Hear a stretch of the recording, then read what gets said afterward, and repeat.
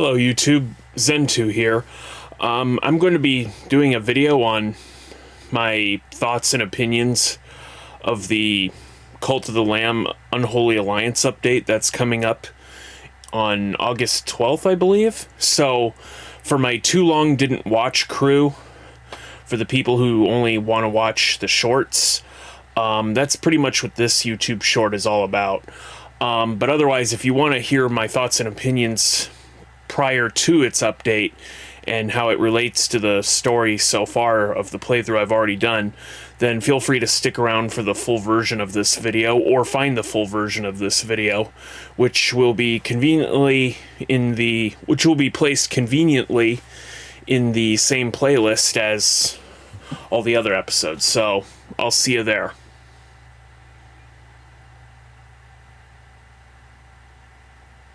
Okay, if you're still watching this, that means you're probably watching the full version of this video. First of all, thank you for taking the time to visit me in this video. I know this video will seem kind of pointless given everything that I've already done, and I guess one of the big sticking points is I'm hoping this Unholy Alliance update will be more of an update than the previous one. I mean, don't get me wrong, I liked everything that Sins of the Flesh had given us, but at the same time, I mean, I would have to say that if I had known Sins of the Flesh was only going to be like just effectively, you know, quality of life updates to the game and not so much, you know, going all in on the whole lore aspect, you know, like post-game content would have, then I probably would have refrained from, you know, doing the playthrough as I did in increments. However, the good news is, by doing it the way I did it, I discovered that the what was the one with the relics? Like relics of the old faith, is that what they called it? Or something, I don't know. Anyway, the relics update basically added a little bit of the post-game content to the main game content, you know, where you basically go in and you fight the bishops, you get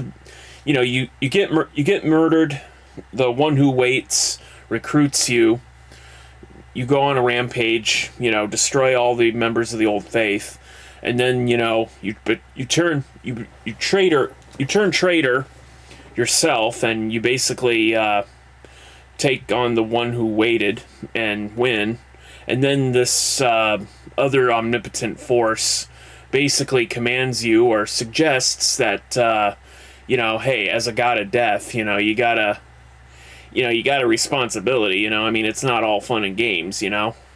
So and then you basically go on a mission to recruit all of the bishops, you know, by fighting them all over again.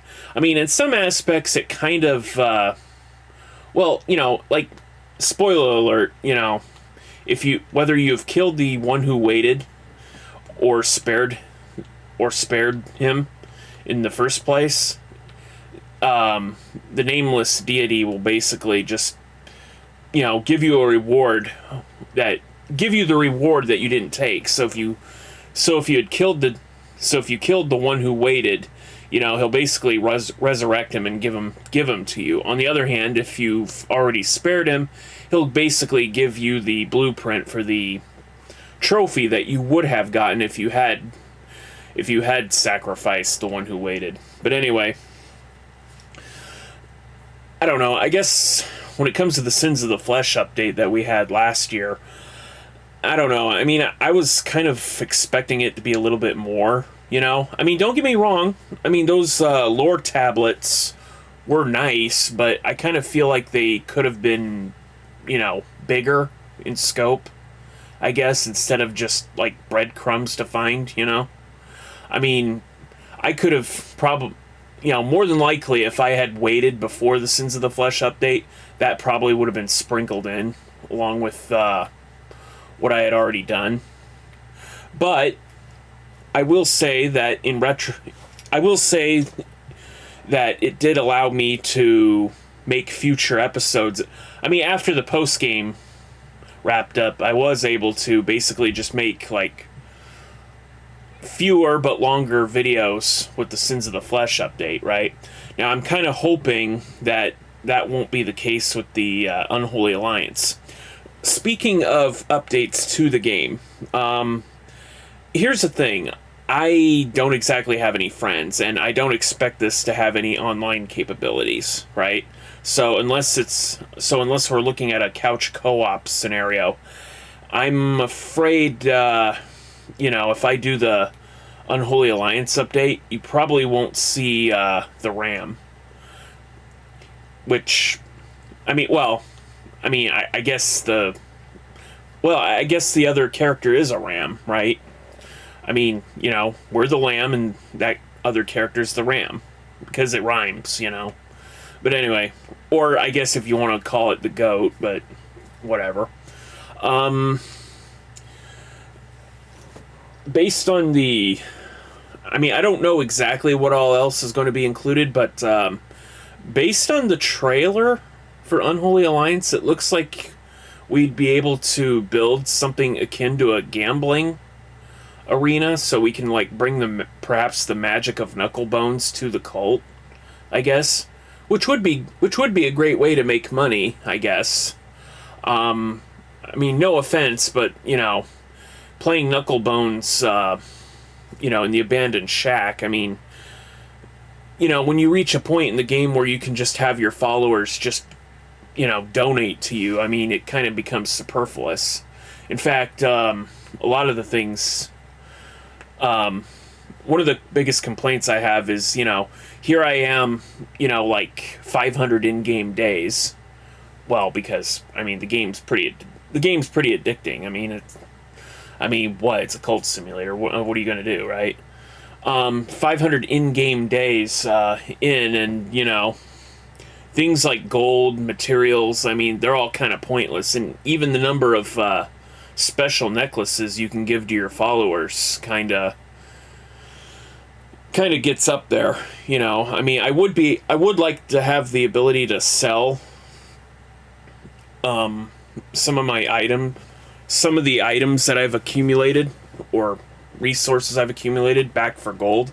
I can technically do that, but as far as I know, the items are supposed to collect more in value the fewer time eventually. Like, if you sell lobster at 10 gold a piece, or 10 coins a piece, or whatever they call it, the more you sell, the less it'll be worth overall, right? Supply and demand.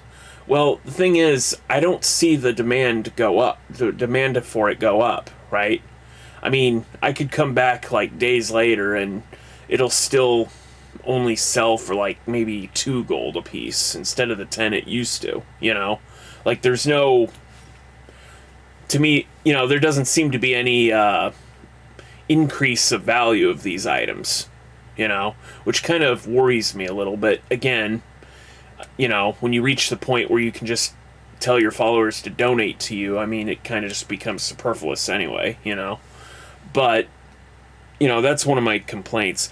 Oh, speaking of gold, let's talk about the special poops. Yeah, I can't believe I'm going to be talking about this. The special poops. Now, don't get me wrong. It does give me, as the cult leader, something to do to clean up the special poops.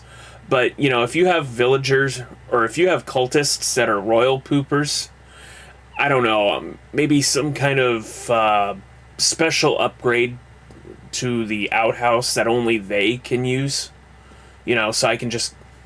So they can basically have, so that the royal poopers can have a place to poop in privacy, and I can just go and collect at my leisure, because after all, a golden poop is still going to be, detrimental to the health of the cult, right? And of course, infants, you can't really do much about that. The infants, fine, as cult leader, the player would have to clean up after them. It just makes sense. Although, on the other hand, I do kind of wish, to an extent, maybe the parents of the kids would clean up. well, okay. I guess when it comes to regular poops, they do so, but I don't know. Kind of hard, kind of hard to pick and choose a battle there. As far as other things in the cult, I don't know. I mean, I kind of feel like there should be like another chapter to the story, you know? I mean, chapter 1 was like, you know, the death and the rebirth of the Lamb itself, you know, and then there's the ascension to, you know, the position. And then, you know, there's got to be some kind of other thing to take on, you know, cuz I mean, based on the lore tablets, I mean, there's still the, you know, the first gods that they mentioned, right? And that, you know, the ravens were, like, born from the, they said, bosom of the first gods, right? But, you know, I mean, there's, like, no real explanation to that, you know? You know, like, Kudai, Haro, and all the other crows, I mean, they just, you know, they have all these powers, or they wield all these relics, and yet they don't really use them themselves, you know? Like, I think there should be some, like, more lore in that. Also, one of the lore tablets, I think it was written ages ago by Narinder, the one who waited. Something akin to, or the hint of perhaps of a sixth bishop, maybe. I think their name was Zanya or something, spelled with a Z.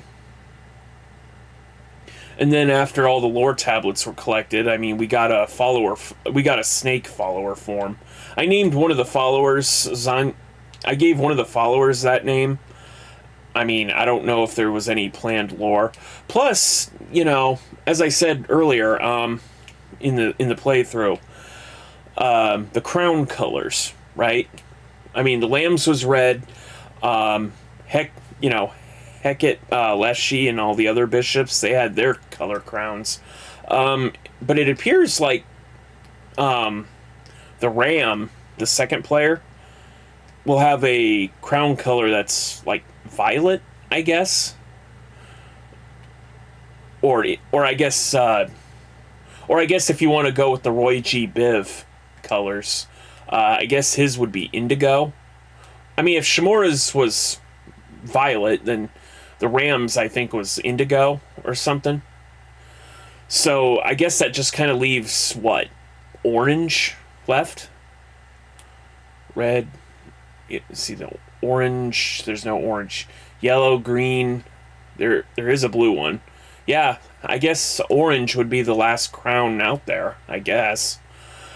And, you know, I just kind of wish there would be like a post-game mode, you know, where, like, hey, congrats on reaching the end of the story, but how long can you keep up your cult, you know? And so, you know, like, the end chapter would be basically just like you know, continue to play until you drop kind of thing, you know, because after all, I mean, true to life, I mean, the fate of all organizations, including cults, I would think, would be to, you know, run their course and either change into something completely different from the original vision, or to just fizzle out, you know, because all organizations do that, you know.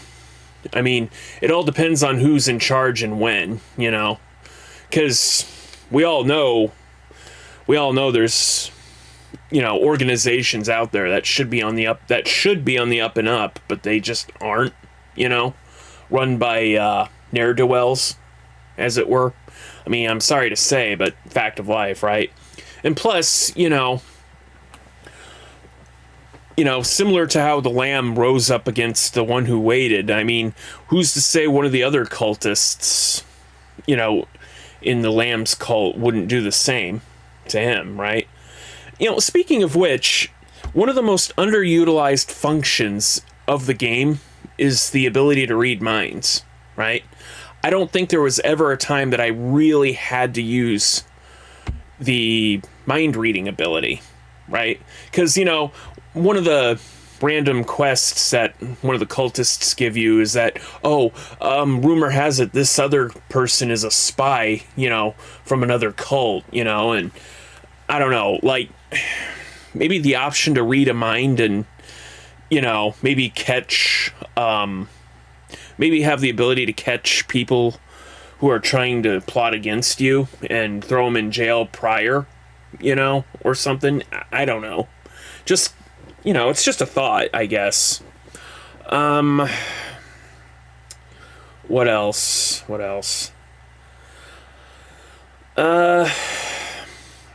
I mean, I guess I'm okay with the idea that the level cap of all the followers is now at 10. Of course, I'm playing a save file that was prior to the update, so naturally I have followers on the save file who are like well above 10. I mean, seriously, you get a Phronax demon in there, and they can basically one-shot a boss, I guess. Saps all the fun out of it, but I've been in situations where they wasted their chance on a lower follower, leaving me to have to fight.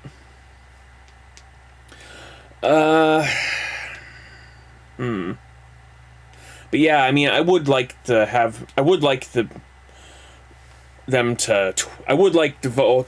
Digital to tweak the ability to sell items back, to that chest, because I've actually tried to turn the gold bullion that I've created back into coins, and I'm having diminishing returns on that. I mean, if anything, the gold bullion shouldn't decrease in value because I'm effectively just turning it back into gold coins, right? But, here we are. I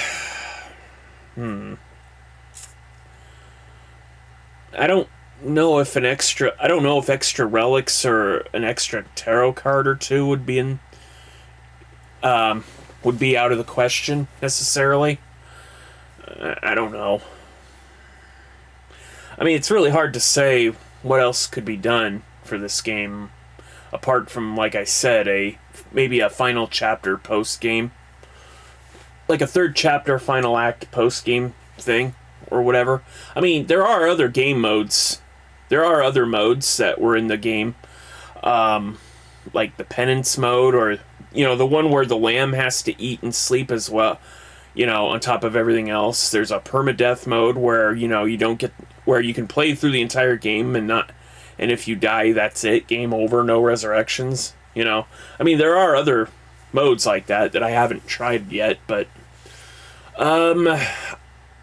I guess another thing I want to touch base on is that I'm playing the Switch version, right? And, I don't know if it's just the game not being able to handle all the memory or everything that's going on, but there's this, at times there is significant lag and slowdown, and sometimes the game will crash a couple of times. So I don't know if that's just the Switch version or what the deal is, but kind of hoping it'll be fixed. I mean, if it can't be fixed, I don't know.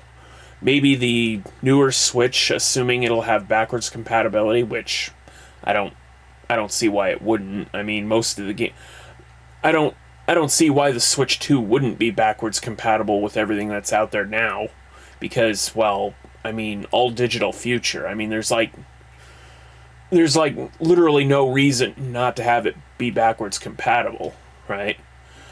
Especially since the Switch, especially the Switch as it is now. I mean, it's not like you can put a DS game in the cartridge slot and have it work. I mean, there's nothing before the Switch, right, that could be used on the Switch. And all the retro games that are on the Switch now are basically just ROMs, on the Switch Online service. Anyway, what else was I going to say here? Oh, right. The names of the cultists. Here's the thing.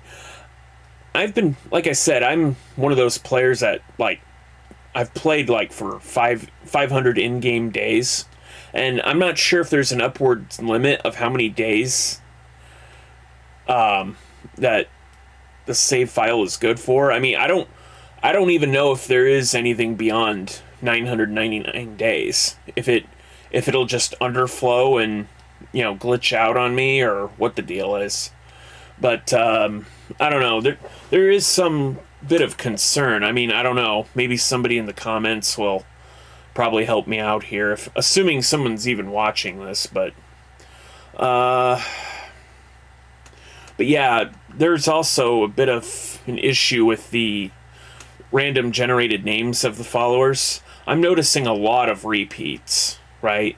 And I can't choose not to name a follower also. So, you know, I'm sitting here trying to come up with clever and unique names, but more times than not, I just end up saying, this one's Poo on the third or Poo on the second, even though they're not direct descendants of the people that came before. But yeah, it's kind of tough. I mean, I'm not one for coming up with names, so maybe, I don't know, maybe increase the name pool, I guess. I mean, that'd be one of the concerns. Oh, also, speaking of the name pool, I wonder if the reason the game slows down to a crawl is because of the number of things the game is trying to keep track of at any given moment. I mean, as it is right now, the number of followers you can resurrect at any given time is just ridiculous, right? I mean, the way I see it, one should only be able to revive a cultist if they have their bodies buried, right? If you sacrifice a follower,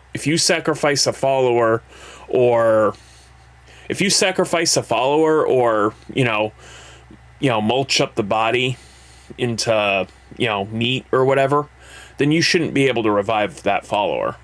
I think it would significantly cut down on the number of elements that the game would have to keep track of. Or, I don't know, maybe, and this is just a suggestion, maybe make certain followers eligible for resurrection only for, a set number of days, right?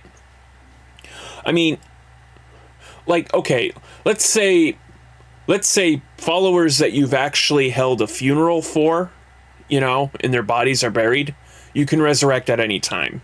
It's like, basically it lets you, the player, keep the body around and revive at your leisure, but also, because you opted to hold a funeral, you'll be able to collect faith, right? So followers you actually take the time to have a funeral for, I think should be eligible for resurrection at any time. But otherwise, followers that died like, several in-game days ago and you didn't bother to have a funeral for, I don't see why the game would really need to keep track of that. I mean, if they've been gone for that long and you didn't hold a funeral for them, then they shouldn't be eligible for a resurrection.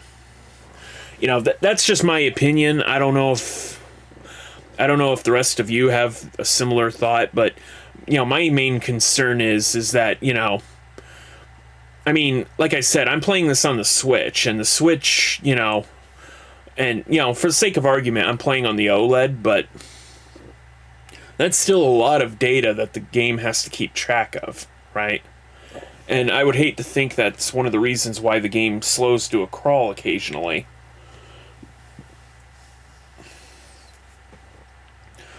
So that pretty much wraps up all my concerns at the moment. I guess the only other thing I can think of is like I don't know, ways that the lamb can maybe like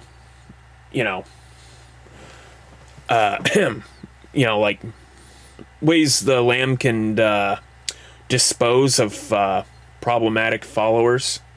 I mean, don't get me wrong, doing the whole Jedi thing, doing the whole Force Jedi, choke maneuvers, it's good, but I don't know. Maybe as a cult leader, I want to just have them burst into flames, or and so that they turn into bones instead of meat, or some such, I don't know.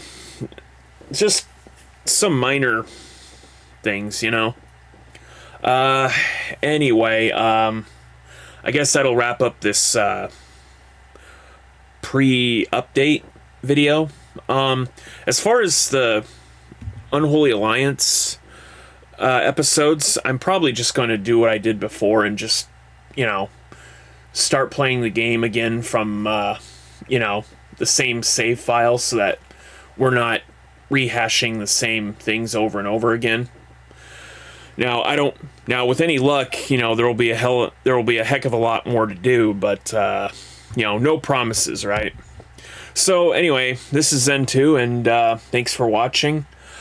Please remember to like, comment, subscribe, and, yeah, I guess I'll see you in August, then, with this game. Later.